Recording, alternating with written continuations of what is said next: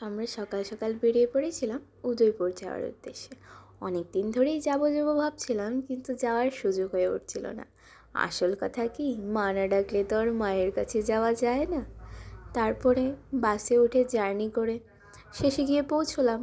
পৌঁছানোর পর একটা দাদার দোকানে জুতো ব্যাগগুলো রেখে ভোগ কিনে তারপর ঠাকুর দর্শনে উপরে উঠলাম আস্তে আস্তে। উঠে তো গিয়ে দেখি ভিড়। প্রথমে তো আমি ভেবেছিলাম বিকেল হয়ে যাবে পুজো দিতে দিতে, কিন্তু না, খুব তাড়াতাড়ি হয়ে গেছিলো। এত বড় লাইন ছিল, কিন্তু তাড়াতাড়ি পুজো হয়ে গেল।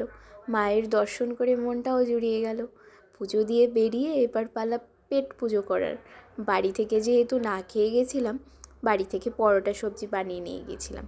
ওটাই আমরা সবাই মিলে পুকুর পাড়ে বসে আনন্দ করে খেলাম। তারপর কচ্ছপকে বিস্কিটও খাইয়েছিলাম, যেটা কিনা আমি ভিডিও করতে ভুলে গেছি।